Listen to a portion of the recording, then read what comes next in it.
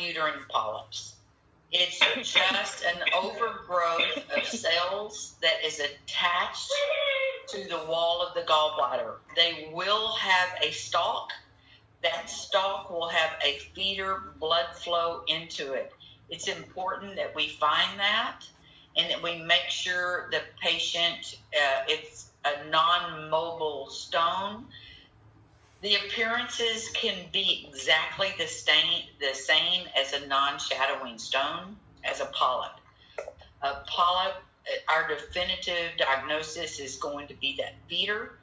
A lot of the patients are going to be asymptomatic. It's just going to be an incidental finding. But they want to watch those or remove the gallbladder because they can turn malignant, just like they can anywhere else in the body. They don't have any association with age or gender or obesity.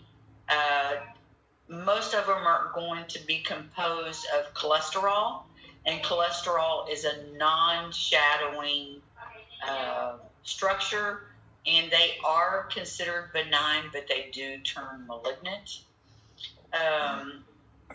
Because early stages of gallbladder cancers can present as polyps. Polyps can also be considered adenomas. An adenoma is pedunculated, meaning it's attached, but it is away from the wall. They're going to be well circumscribed, so they're going to be round, and they're usually going to be less than 2 centimeters, okay? If they are larger, then they can be heterogeneous, because usually an adenoma is homogeneous with a hypoechoic ring around it. If the polyps are greater than 1 centimeter, we have to consider that it's going to turn into a malignancy because it can be as high as 27%.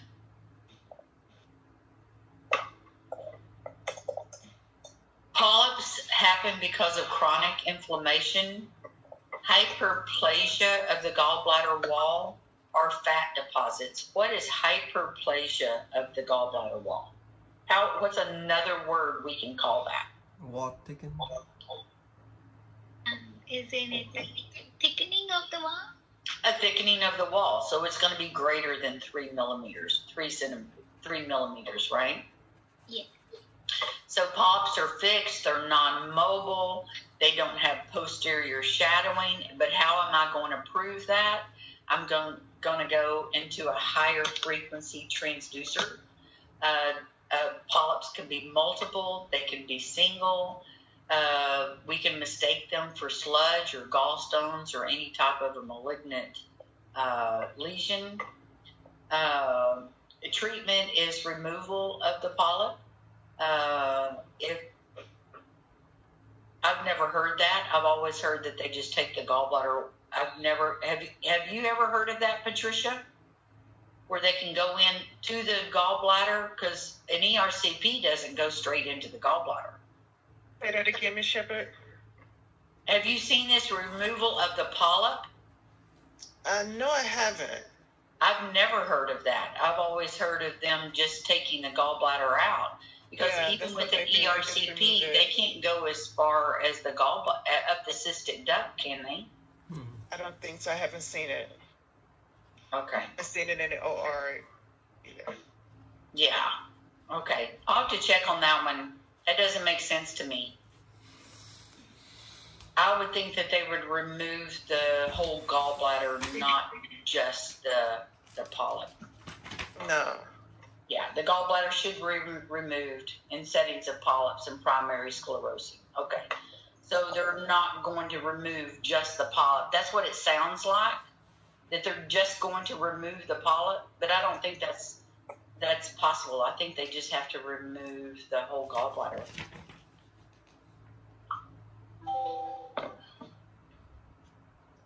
It's like less than 1 centimeter.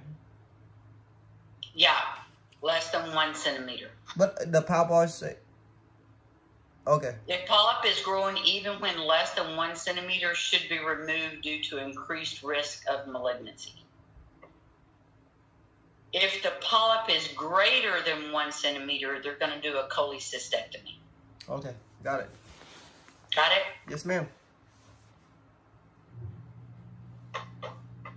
So here we have multiple polyps along the anterior wall of the gallbladder. Here's one, here's one, here's one. So we have to make sure that you're going to turn on each one of these, sagittal and long, and see if it elongates. Because it could be a fold in the gallbladder, or it could be like here, right, especially this one right here, it looks like a sludge ball, right? Mm-hmm. So we've got to be careful with those. So you're going to do your regular exam, and then you're going to dual screen. You're going to dual screen. Let's look at this one. You're going to dual screen this. You're going to put sagittal on this side and transverse this on this side, with and without measurements, with and without color, on both sides. Sagittal on this side, transverse on this side, with and without measurements, and you're going to label that number 1. So that way they know that there is more than one. So with the polyps, we don't have any artifact, right? No. Any what? Artifacts like No, yeah. there's none. They don't shadow, but they don't move. And it's our job as sonographers that we find the stalk that attaches it Okay, to the stalk. polyp, because it will have a feeder. It takes a lot of time. So be sure you zoom in your image and you're only looking at that area. You'll probably have to use power color so that, because you don't care about direction, you only care about catching the That's feeder. correct. So it's very slow, meticulous scanning. So don't drive it like a truck. So now, what's the best how you know this is acute or chronic by the ultrasound? Just the These are polyps. Okay. Yeah, polyps are brought on from chronic cholecystitis. And classification too. There's no classification for polyps. No. For If they're the greater than 1 centimeter, they're going to remove it. If it's less than 1 centimeter, they're going to watch it. and between acute and chronic cholecystitis, the differentiated by ultrasound, just classification or the thickness of the wall? The thickness of the wall for cholecystitis. Thank you.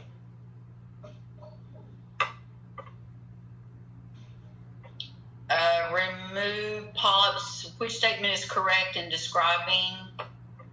Remove polyps when greater than 1 centimeter and a patient is less than 50 years of age. After measuring the polyp shadow, they don't shadow, right? Yes. Polyps are associated in men and women. No. Yeah, that's true. All polyps become malignant, so it would have to be A. But I thought it said that they were 60. It's 50.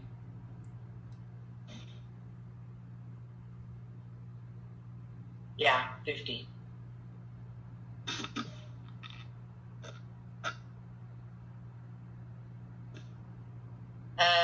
Gallbladder malignancies. Gallbladder malignancies, you have adenocarcinomas, which is the majority of gallbladder malignancies. They predominantly will affect women over the age of 72.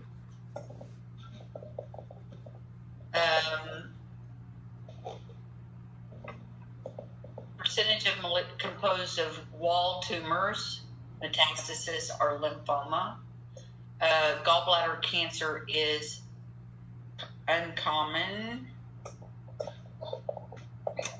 Risk factors: chronic cholecystitis and cholelithiasis.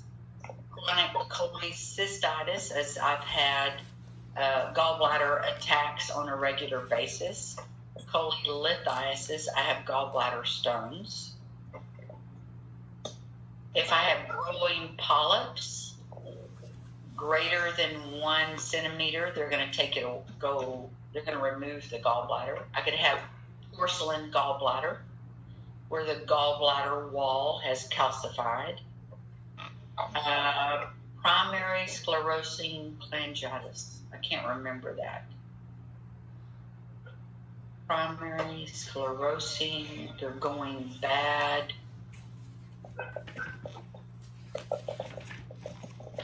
The biliary system is hardening, and so it can't drain the way that it should, and so I have biliary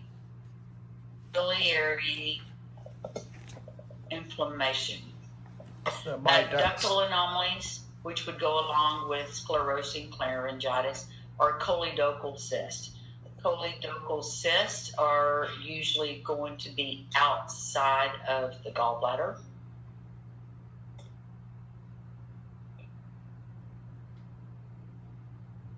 Gallbladder cancers can metastasize to the liver, the lymph nodes, the CHD, and other surrounding organs. So what happens, the gallbladder travels down the cystic duct into the CHD, into the liver.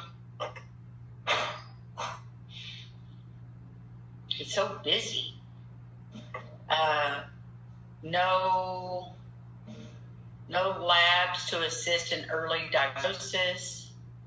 In late stages, the patient will be jaundice, lethargic, have weight loss, and most of them are going to be found incidentally during a routine cholecystectomy.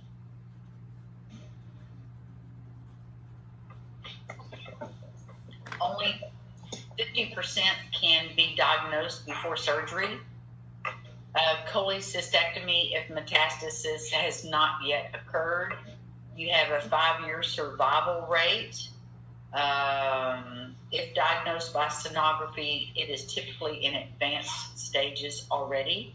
The gallbladder will be heterogeneous, irregular shaped mass, replaces the gallbladder. You'll have tumefactic sludge. You'll have sludge balls, and those all can mimic a gallbladder mass. If the mass is greater than 1 centimeter, if the wall is greater than 1 centimeter, if the wall is disrupted, then we have to consider that that is going to be a malignancy.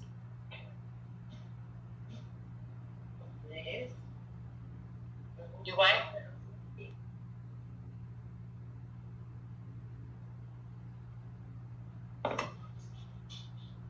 Okay.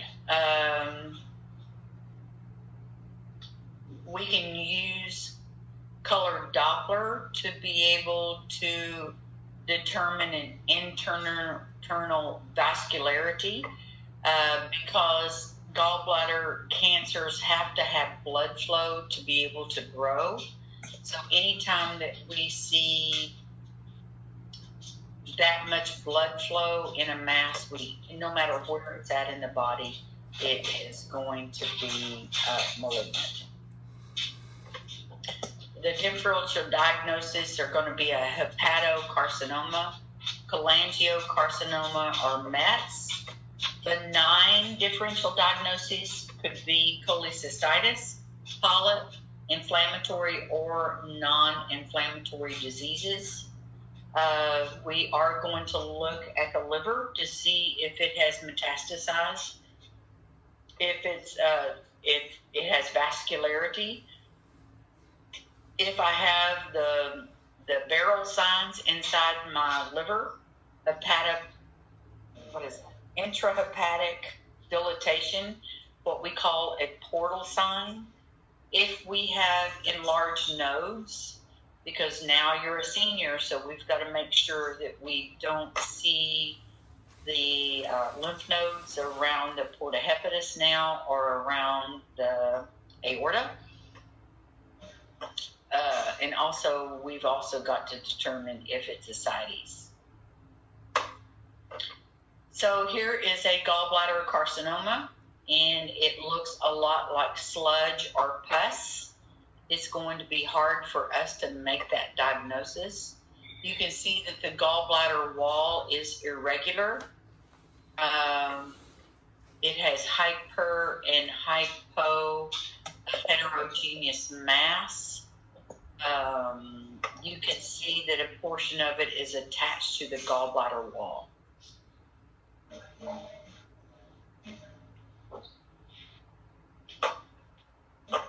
Melanoma. Melanoma is a skin disease that can metastasize to the gallbladder. It's a poor prognosis. It's not associated with cholelithiasis, and it will differ from any other type of gallbladder cancer. And the treatment would be a cholecystectomy. What you're going to see is asymmetrical wall thickening and a solitary or multiple masses within the gallbladder. So looks just like this, right? So we don't know if that's from a melanoma or not.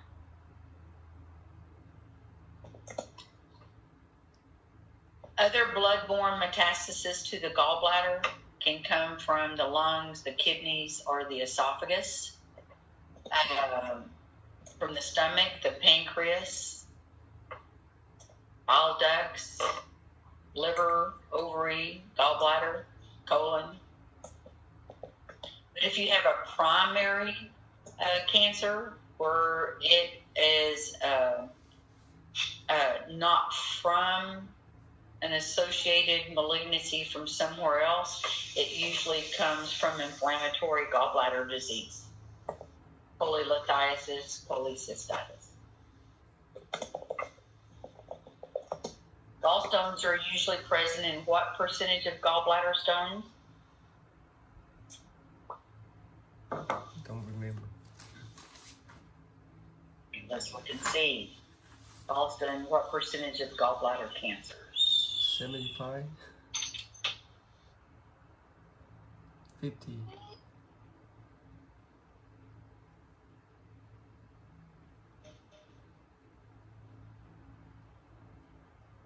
Gallstones are present in as many as 95% of the cases.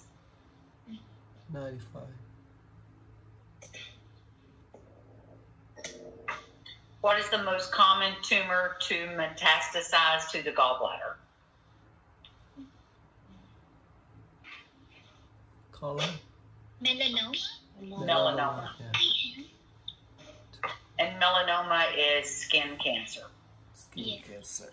My stepfather died of melanoma, and they never did find out where he had skin cancer.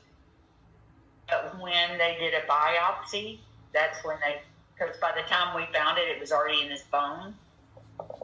And they never did know where the primary came from. When they found out he had cancer, he only lived 3 more weeks. Wow.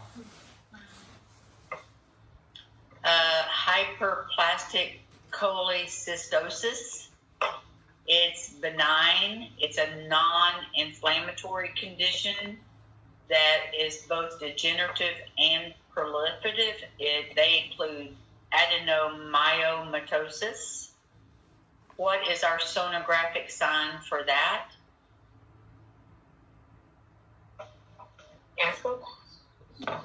The comet tail. Adenomyomatosis is comet tail. Cholesterolosis, that means that we have like stones that don't shadow. Neuromatosis, I have no idea, has something with the nerves. Fibromatosis, that's where the gallbladder wall has gone thick.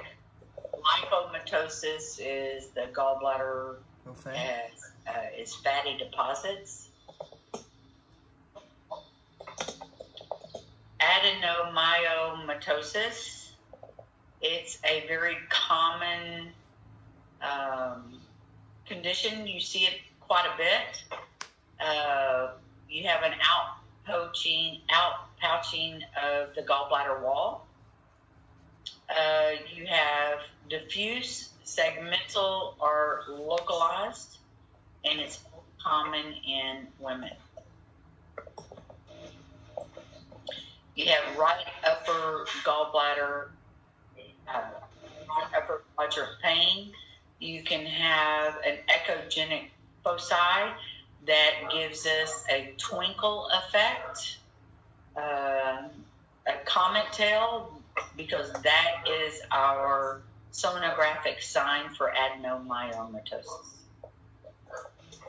It can be misdiagnosed as a cancer emphysematous cholecystitis. What is emphysematous gallbladder cholecystitis?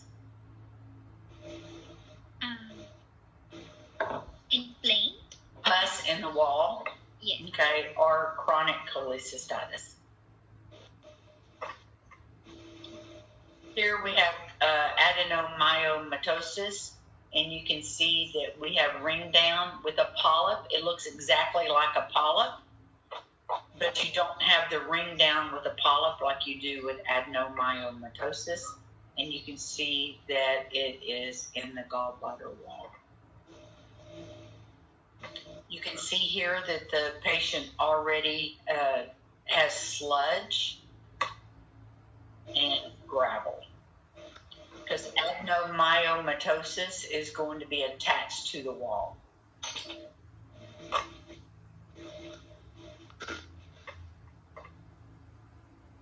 Here you have a comet tail. Here you have a comet tail, so we can make, and here you have what?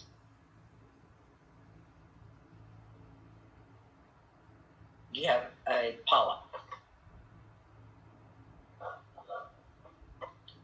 Cholesterolosis, you have deposits of cholesterol in the gallbladder wall. It happens mostly in women. It could be diffuse. It doesn't impair the gallbladder, or you could have multiple polypoid lesions that are pedunculated, and those can interfere with the function. And we call those, if you have cholesterolosis, it is considered a strawberry gallbladder because of the gallbladder wall looks like a strawberry.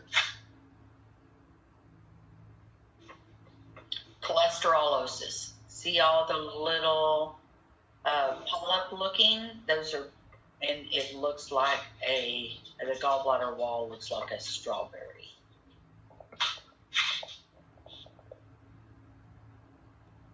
Hyperplastic cholecystosis. Never heard of either one of these. Rare proliferation of nerve and fibrous tissue. Okay. Excessive buildup of fat layers. Neurofibrosis, neuromatosis, fibromatosis, and lipomatosis. They may or may not interfere gallbladder function, and we can't see any of those with sonography.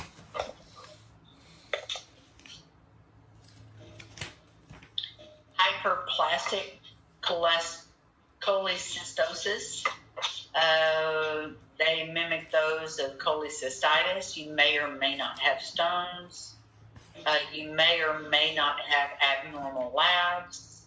Your malignancy rate is low, but they will take the gallbladder out. Which statement best describes hyperplastic cholecystosis?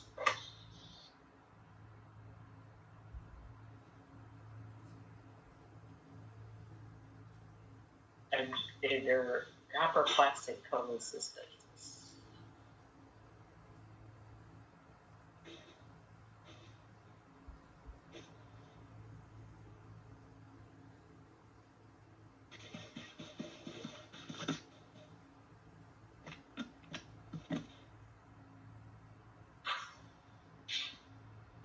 Strawberry gallbladder is not one of the required things. I would say it's a group of inflammatory conditions. Cavossier's gallbladder, it is on the registry. You have an enlarged, distended, palpable, non-tender gallbladder in a jaundiced patient. It occurs when there is an obstruction of CBD, and it's usually due to a malignant neoplasm at the pancreatic head.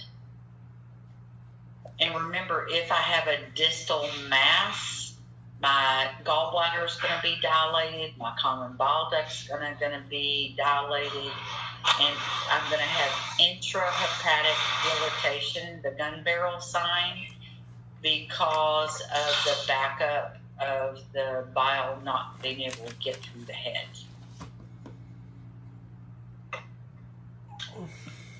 Hydrops of the gallbladder is it's abnormally large. It's in literature. I learned that it was 4 centimeters. I think Hagen answered, said it was 5 centimeters. What did this book say? It doesn't say any measurements in the EDC.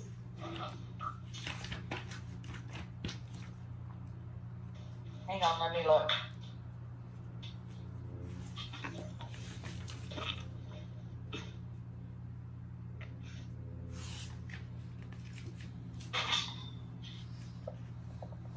The NEC doesn't give a measurement either. Let me look one more literature.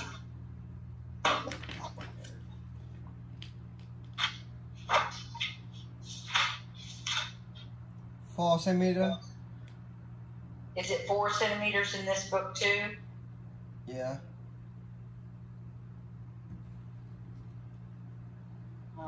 Page 19.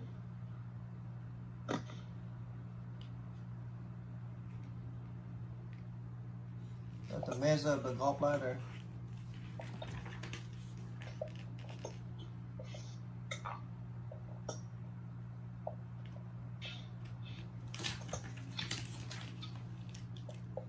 Even the SDMS doesn't give us a number. So I learned it is 4 centimeters if it's greater than 4 centimeters, or if it's greater than 10 centimeters.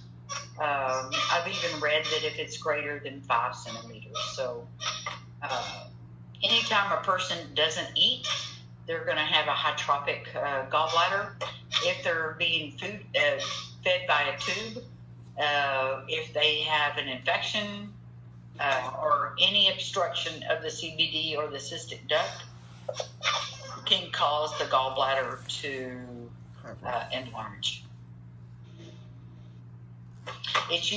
Look here, this one says 4 centimeters too. Yeah, 4 centimeters. Okay. Patients are usually going to be asymptomatic. They could have right upper quadrant pain, nausea, vomiting, a palpable mass, because you can actually feel it whenever it gets that big. But how we can really tell is that it usually gets very, very round.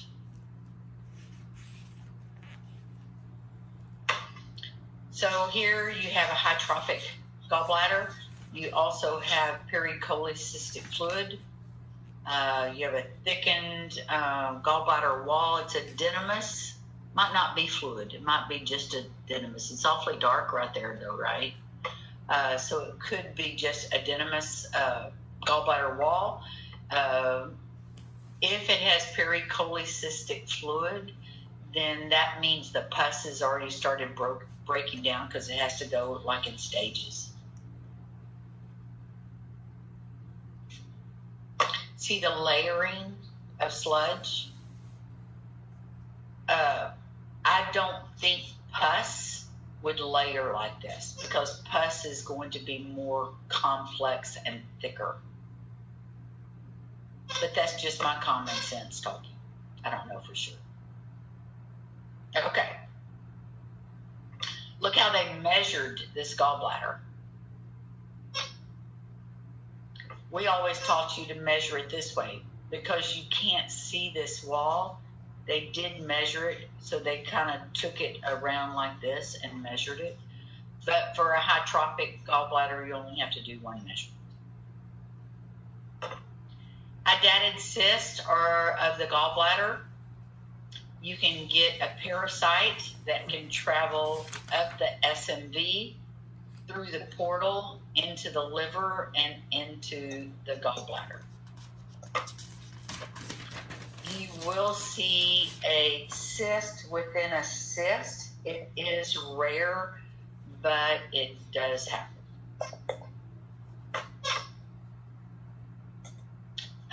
It can occur at any age. It's more common in the elderly, and it's more common in women.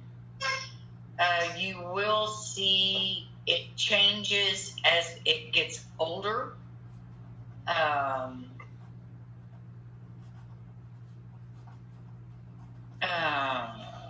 What else? Vigorous bowel peristalsis, immobile gallbladder fundus, gallstones, atherosclerosis, and kyphosis. What is kyphosis? It's the position of your bone. Yeah, position of spine. Spine. Yeah, that's where a person is hunchback. Yeah. Well, why do you think that would be a contributing factor? Because of the way the liver is positioned. I would think that it puts pressure on your internal organs. Yeah. Portion of the gallbladder is when you lose gallbladder blood flow.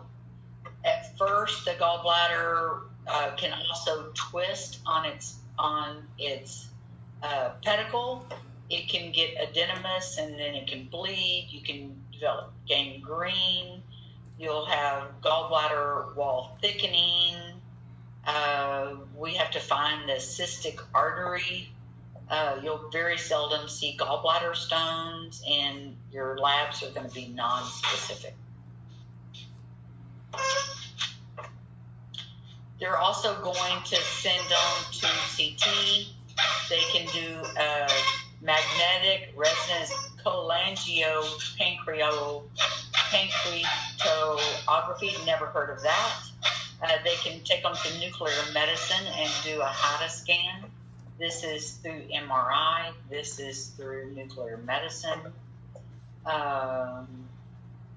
It's hard to make that diagnosis, and the only treatment is a cholecystectomy. You can have abscesses of the gallbladder wall where you'll have hyperechoic foci. You'll have comet tails. You could have small stones, cholesterol balls, bile that has gotten thick. Which pathology presents as an enlarged, descended, palpable, and non-tender gallbladder in a jaundiced patient? Hydropic gallbladder. Hydropic gallbladder. What is a Courvoisier gallbladder? Oh, that's the enlarged descended. When the I think that's a 8, not hybrid. No. What is a Courvoisier's gallbladder? It's a gallbladder that is hydropic because there's a pancreatic head tumor. What is a hydatid cyst? A parasite. Sit inside What's sit. a hydropic gallbladder? Is just an enlarged gallbladder, and a volvulus. I can't remember that word. Has nothing to do with a gallbladder. torsion with the torsion. Torsion. Yeah, volvulus. Which gallbladder pathology is an abnormally distended and filled with thick bile, mucus, or pus?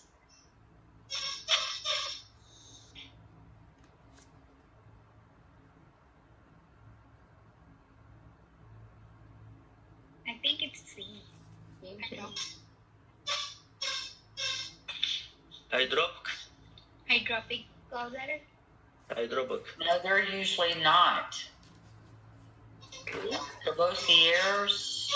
Let's look and see. Yeah, it's hydro. It's hydropic? Yes, ma'am. It's hydropic. Okay. Which is the imaging modality of choice in cases of suspected torsion? Hydro. Would it be MR? Oh, Hydroscan. They can do Hydroscan. that also. Hibeto. A. A? She thinks you're playing with her.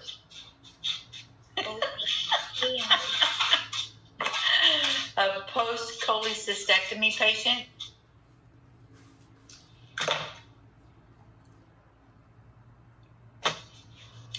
The gallbladder fossa is commonly filled with bowel loops because the gallbladder has been removed. You'll have echogenic foci or reverberations from the surgical clips. Even though you know your patient has had their gallbladder removed, you still have to take a sagittal and transverse of the gallbladder fossa. Okay, so be sure that you always do that. Because you can also develop fluid collections in that area, and because of the fluid collections, then it can turn into an abscess, and if you have an abscess, then that you're going to have clinical symptoms that go along with that. Causes of non-visualized gallbladder: a patient that's not fasting, post-cholecystectomy. And what amazes me is you see the gallbladder surgical scars, and most people don't know that they've had their gallbladder removed. Like you'll say, have you had your gallbladder removed? No, they removed my stones. So you can't go into the gallbladder and just remove the stones. So they think that they still have their gallbladder. Yeah. Or you can say, have you ever had gallbladder stones? They go, oh yeah, but they took those out. So you can have a contracted gallbladder because of chronic cholecystitis. You can have an absent gallbladder. You can have a porcelain gallbladder. Hepatization of the gallbladder, I don't know what that is. What is a Moritzi syndrome?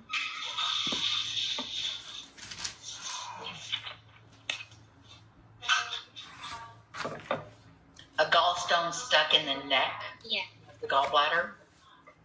You can have neoplasms and ectopic gallbladder. It's not where it usually is. Emphysematous gallbladder is the gallbladder wall is pessy.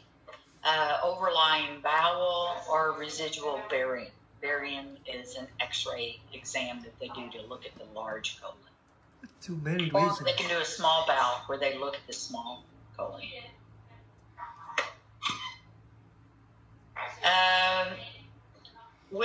If you've had your gallbladder removed, it's not uncommon for the common bile duct to increase in size.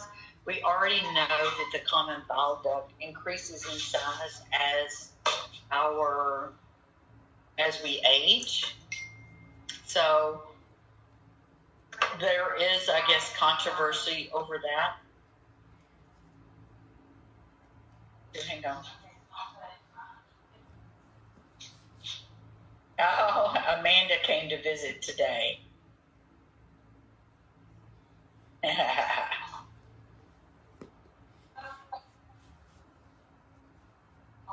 Here, hang on.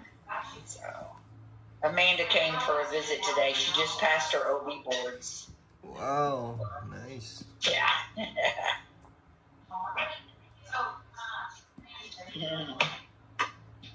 And she won at TSRT, so she picked up her plaque and her check. So there is controversy. So we know that the duct will increase. The duct becomes floppy because it doesn't have the gallbladder to hold tension on it. It's not unusual for because the bile is not controlled by the Heister valves anymore. The only thing controlling the bile now is the sphincter of Oddi. Okay, so you still have to have those hormones, cholecystokinin, to make the sphincter of Oddi open up so it can release the bile into the duodenum. Miss Shepherd, Yes. when they have cholecystectomy, don't they have any problems in digestion? Because they are not able to store the bile anymore. Correct. It's the bile is because they remove the gallbladder at the cystic duct where it joins the common hepatic duct. So bile is stored now in the common bile duct. Okay. So bile backs up into the common bile duct, and that is what causes the bile duct to be enlarged.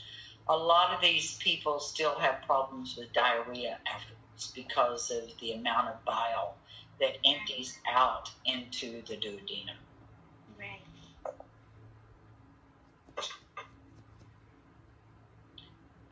Cholecystectomy, we can feed them a fatty meal. It is a drink that we can give them, and we can determine at that point in time that if we have an obstruction or whether it is backed up in any way.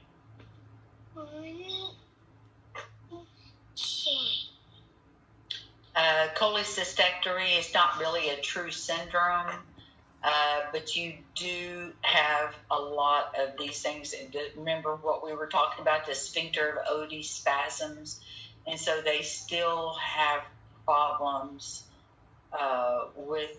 They think that once they have their gallbladder removed, that all of their symptoms are going to go away, and that usually doesn't happen. So if I give them a fatty meal, which one of these answers is the common answer?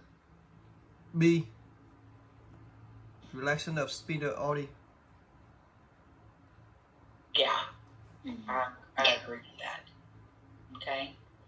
Acquired disease, biliary obstruction. How much longer do we have?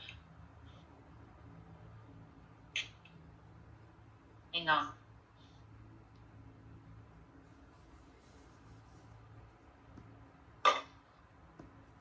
Like 10, 20 minutes?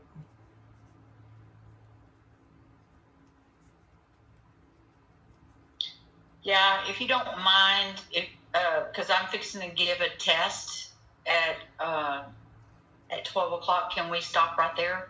Yes, ma'am. Mm-hmm. Okay. All right. Okay. Okay, I want to see all of you before you say goodbye. Bye. Put on your thing. Bye. Bye, Shepherd.